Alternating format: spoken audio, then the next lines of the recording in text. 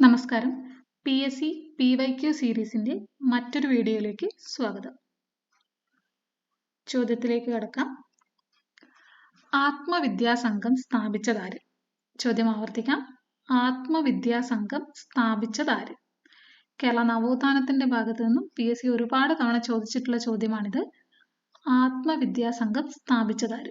Option A Pandit KP Karuppan, option B Vagbhatanandan, option C Vaikundaswamikal, option C Chattampi Swamikal. ഉത്തരം option B Vagbhatananda. Kerala നവോത്ഥാനത്തിന്റെ ഭാഗത്തു നിന്നും PSC നിരവധി ചോദ്യങ്ങൾ ചോദിച്ചിട്ടുണ്ട്. ഓപ്ഷൻസിലൂടെ നമുക്കൊന്ന് പോകാം. വൈകുണ്ഠസ്വാമികൾ സ്ഥാപിച്ചത് സമത്വ സമാജമാണ് 1936. അതേപോലെ പണ്ഡിറ്റ് കറുപ്പൻ സ്ഥാപിച്ചതാണ് അരയ സമാജം 1907. അപ്പോൾ ആത്മവിദ്യാസംഘം സ്ഥാപിച്ചത് വാഗ്ഭടാനന്ദൻ, സമത്വ സമാജം സ്ഥാപിച്ചത് വൈകുണ്ഠസ്വാമികൾ, അരയ സമാജം സ്ഥാപിച്ചത് പണ്ഡിറ്റ് KP കറുപ്പൻ. ഓപ്ഷനിലുള്ള മറ്റൊരു പ്രധാനപ്പെട്ട നവോത്ഥാന നായകനായിരുന്നു ചട്ടമ്പി സ്വാമികൾ. ചട്ടമ്പി സ്വാമികളെ കുറിച്ച് ഏതാനും പോയിന്റ്സ് നോക്കാം. കേരളത്തിലെ നവോത്ഥാന നായകരിൽ പ്രധാനിയാണ് ചട്ടമ്പി സ്വാമികൾ. അദ്ദേഹം 1853 ഓഗസ്റ്റ് 25 തിരുവനന്തപുരത്തെ കണ്ണമ്മൂലയിലാണ് ജനിച്ചത്. കുഞ്ഞംപിള്ള എന്നാണ് സ്വാമികളുടെ യഥാർത്ഥ പേര്. ഷൺമുഖദാസൻ എന്നും സർവവിദ്യാധിരാജ, ശ്രീ ഭട്ടാരകൻ, ശ്രീ ബാലഭട്ടാരകൻ എന്നീ പേരുകളിലൊക്കെ സ്വാമി അറിയപ്പെട്ടിട്ടുണ്ട്. കാഷായം ധരിക്കാത്ത സന്യാസി എന്നറിയപ്പെട്ടതും ചട്ടമ്പി സ്വാമികളാണ്. കാവിയും കമണ്ഡലവും ഇല്ലാത്ത സന്യാസി എന്നറിയപ്പെട്ട നവോത്ഥാന നായകനും ചട്ടമ്പി സ്വാമികളാണ്. അദ്ദേഹം ശ്രീനാരായണ ഗുരുവിനെ കണ്ടുമുട്ടിയ വർഷമാണ് 1882. സ്വാമി വിവേകാനന്ദൻ ചട്ടമ്പി സ്വാമികളെ സന്ദർശിച്ച വർഷം 1892. സന്ദർശനത്തിന് ശേഷം മലബാറിൽ ഞാനൊരു യഥാർത്ഥ മനുഷ്യനെ കണ്ടു എന്ന് സ്വാമി വിവേകാനന്ദൻ ചട്ടമ്പി സ്വാമികളെ കുറിച്ച് പറഞ്ഞു. ചട്ടമ്പി സ്വാമികളുടെ ആദ്യകാല ഗുരുവായിരുന്നു പേട്ടയിൽ രാമൻപിള്ള ആശാൻ. അദ്ദേഹത്തിന്റെ പള്ളിക്കൂടത്തിൽ പഠിക്കുന്ന കാലത്ത് ക്ലാസ് ലീഡർ എന്ന അർത്ഥത്തിൽ ചട്ടമ്പി എന്നായിരുന്നു വിളിച്ചത്. പിന്നീട് ചട്ടമ്പി സ്വാമികൾ എന്നറിയപ്പെട്ടു.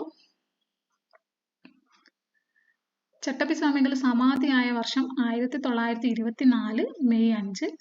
സമാധി സ്ഥലം സ്ഥിതി ചെയ്യുന്നത് കൊല്ലം ജില്ലയിലെ പന്മന എന്ന ഗ്രാമത്തിലാണ്. ഒന്നുകൂടി നോക്കാം. ചട്ടമ്പി സ്വാമികളുടെ ജനനം 1853 ഓഗസ്റ്റ് 25 തിരുവനന്തപുരത്തെ കണ്ണമ്മൂലയിൽ. സ്വാമികൾ ശ്രീനാരായണ ഗുരുവിനെ കണ്ടുമുട്ടിയ വർഷമാണ് 1882. സ്വാമി വിവേകാനന്ദൻ ചട്ടമ്പി സ്വാമികളെ സന്ദർശിച്ച വർഷമാണ് 1892. സമാധിയായ വർഷം 1924 മെയ് 5. സമാധി സ്ഥലം സ്ഥിതി ചെയ്യുന്നത് കൊല്ലം ജില്ലയിലെ പന്മനയിൽ.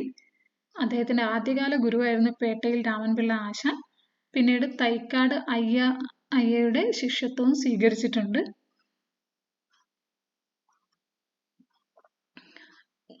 ചട്ടമ്പി സ്വാമികളോടുള്ള ബഹുമാനാർത്ഥം ശ്രീനാരായണ ഗുരു രചിച്ച കൃതിയാണ് നവമഞ്ജരി. അദ്ദേഹം ശ്രീനാരായണ ഗുരുവിനെ കണ്ടുമുട്ടിയ വർഷം 1882. സ്വാമികളോടുള്ള ബഹുമാനാർത്ഥം ശ്രീനാരായണ ഗുരു രചിച്ച കൃതിയാണ് നവമഞ്ജരി. ചട്ടമ്പി സ്വാമികളുടെ പ്രധാന കൃതികളാണ് വേദാധികാര നിരൂപണം, പുനർജന്മ നിരൂപണം, ആദിഭാഷ, മോക്ഷപ്രദീപ ഖണ്ഡനം, പ്രാചീന മലയാളം. അദ്ദേഹത്തിന്റെ ഏറ്റവും വലിയ കൃതിയാണ് പ്രാചീന മലയാളം, ക്രിസ്തുമത ഛേദനം എന്നിവ. പരശുരാമന്റെ കേരള സൃഷ്ടി ബ്രാഹ്മണർക്ക് വേണ്ടി മാത്രമായിരുന്നു എന്ന വാദത്തെ എതിർത്ത കൃതി കൂടിയാണ് പ്രാചീന മലയാളം. ഏറ്റവും വലിയ കൃതിയും പ്രാചീന മലയാളമാണ്.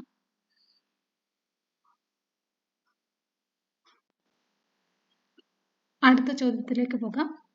താഴെ കൊടുത്തിരിക്കുന്നവയിൽ ശരിയായ കാലഗണനാ ക്രമം ഏത്?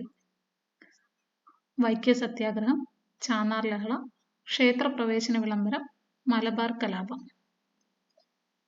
ഇതിന്റെ കാലഗണനാ ക്രമമാണ് ചോദിച്ചിരിക്കുന്നത്. നമുക്കറിയാം വൈക്കം സത്യാഗ്രഹം നടന്നത് 1924. ചാന്നാർ ലഹള നടന്നത് 1859 ക്ഷേത്രപ്രവേശന വിളംബരം 1936 മലബാർ കലാപം 1921. അപ്പോൾ ആദ്യം നടന്നത് ചാന്നാർ ലഹള, പിന്നീട് മലബാർ കലാപം, പിന്നീട് വൈക്കം സത്യാഗ്രഹം, ഒടുവിൽ ക്ഷേത്രപ്രവേശന വിളംബരം. അപ്പോൾ ഉത്തരം വരുന്നത് ഓപ്ഷൻ ബി ആണ്.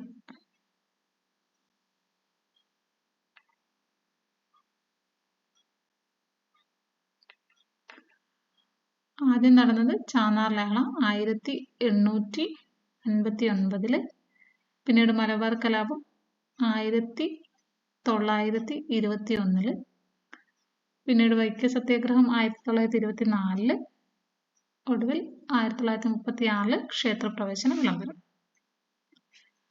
വൈക്കം സത്യാഗ്രഹം 1924 മാർച്ച് 30 നടന്നത്. ഇന്ത്യയിൽ അയിത്തത്തിനെതിരായി നടന്ന ആദ്യത്തെ സംഘടിത കലാപമാണ് വൈക്കം സത്യാഗ്രഹം. ഇന്ന് കേരളത്തിൽ ഉൾപ്പെടുന്ന പഴയ തിരുവിതാംകൂർ രാജ്യത്ത് 1924 മാർച്ച് 30 തുടങ്ങിയിട്ട് 603 ദിവസം നീണ്ടുനിന്ന അയിത്തത്തിനെതിരായ സത്യാഗ്രഹം ആണ് വൈക്കം സത്യാഗ്രഹം.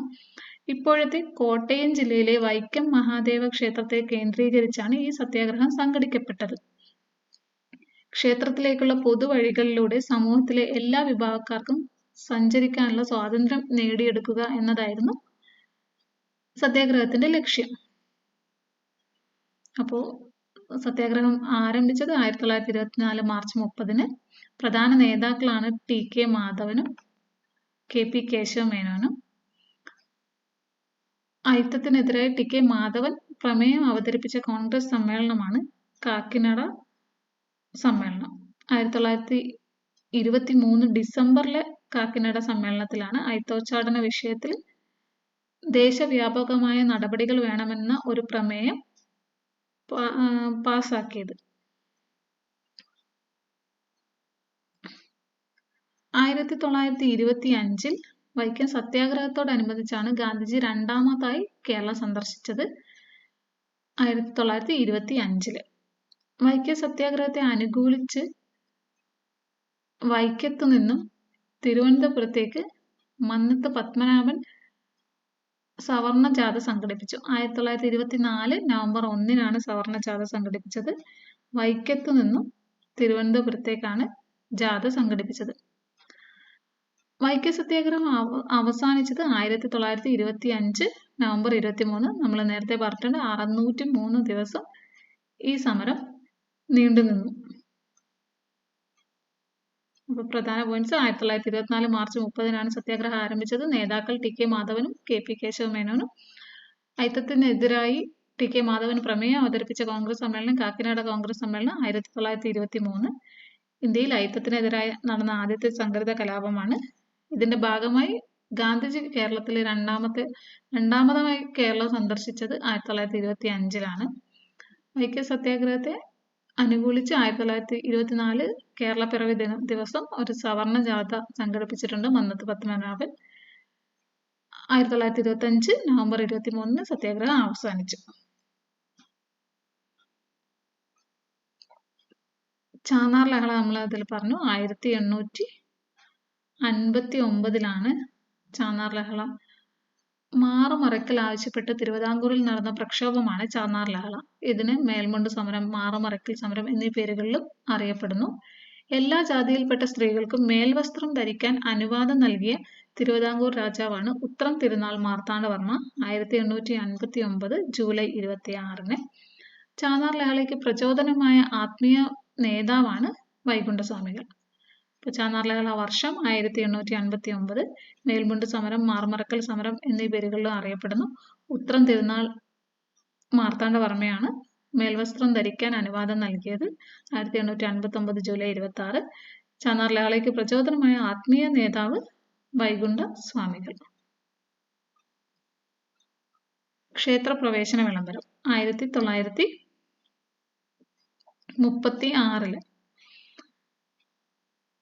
ക്ഷേത്രപ്രവേശന വിളംബരം തിരുവിതാംകൂറിലെ അവർണ, ദളിത്, ആദിവാസി ജനവിഭാഗങ്ങൾക്ക് ക്ഷേത്രപ്രവേശനം അനുവദിച്ചുകൊണ്ട് ശ്രീ ചിത്തിര തിരുനാൾ ബാലരാമവർമ്മ മഹാരാജാവ് പുറപ്പെടുവിച്ച വിളംബരമാണ് ക്ഷേത്രപ്രവേശന വിളംബരം. തിരുവിതാംകൂറിലും പിന്നീട് കേരളമൊട്ടാകെയും സാമൂഹിക പുരോഗതിക്ക് വഴിമരുന്നിട്ട അതിപ്രധാനമായ ഒരു നാഴികക്കല്ലാണ് 1936 നവംബർ 12 പുറത്തിറങ്ങിയ ക്ഷേത്രപ്രവേശന വിളംബരം.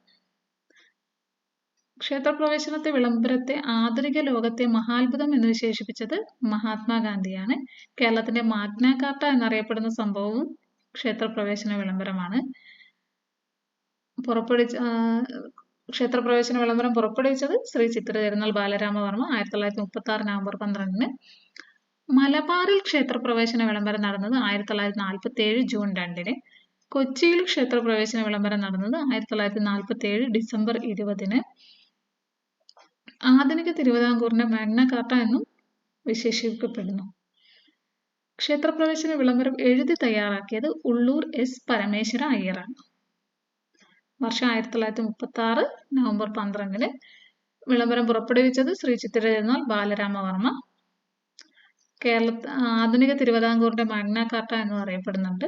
എഴുതി തയ്യാറാക്കിയത് ഉള്ളൂർ എസ് പരമേശ്വര അയ്യറാണ്.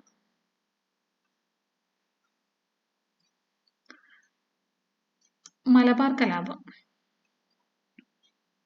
1921 ഒറ്റപ്പാലത്ത് ടി പ്രകാശത്തിന്റെ അധ്യക്ഷതയിൽ കൂടിയ കോൺഗ്രസ് സമ്മേളനം. കേരളത്തിന്റെ എല്ലാ ഭാഗത്തു നിന്നുള്ള പ്രതിനിധികൾ പങ്കെടുത്തിരുന്നു. ഈ സമ്മേളനത്തിൽ പങ്കെടുത്ത ഖിലാഫത്ത് പ്രവർത്തകരെയും കോൺഗ്രസ് പ്രവർത്തകരെയും പോലീസ് മർദ്ദിച്ചതാണ് മലബാർ കലാപത്തിന് വിത്ത് പാകിയ ആദ്യ സംഭവം. എന്നാൽ വളരെ വേഗം കലാപം ഹിന്ദു മുസ്ലിം വഴക്കായി മാറി. സമാധാനത്തിനുള്ള ഗാന്ധിജിയുടെയും കോൺഗ്രസ് നേതാക്കളുടെയും ശ്രമം പരാജയപ്പെട്ടു. മലപ്പുറം, തിരൂരങ്ങാടി, മഞ്ചേരി, പെരിന്തൽമണ്ണ എന്നിവിടങ്ങൾ കലാപകാരികളുടെ കയ്യിലായി. അപ്പൊ പ്രധാന കേന്ദ്രം എന്ന് പറയുന്നത് തിരൂരങ്ങാടിയാണ്. 1921 മലബാർ കലാപം നടന്നത്. അതിന്റെ പ്രധാന കേന്ദ്രം തിരൂരങ്ങാടി. പ്രധാന നേതാക്കൾ എന്ന് പറയുന്നത് വാര്യംകുന്നത്ത് കുഞ്ഞഹമ്മദ് ഹാജി, സീതിക്കോയ തങ്ങൾ, അലി മുസലിയാർ. മലബാർ കലാപ സമയത്തെ കുപ്രസിദ്ധ സംഭവമാണ് വാഗൺ ട്രാജഡി. 1921 നവംബർ 10. 1921 നവംബർ 10 അടച്ചുമൂടിയ ഒരു ഗുഡ്സ് വാഗണിൽ തിരൂരിൽ നിന്നും കോയമ്പത്തൂരിലേക്ക് കൊണ്ടുപോയ മുസ്ലിം തടവുകാരിൽ 60 പേർ ശ്വാസം മുട്ടി മരിച്ചു. അതാണ് വാഗൺ ട്രാജഡി എന്നറിയപ്പെടുന്നത്. വാഗൺ ട്രാജഡി അന്വേഷിക്കാൻ നിയോഗിച്ച കമ്മീഷനാണ് AR നേപ്പ് കമ്മീഷൻ.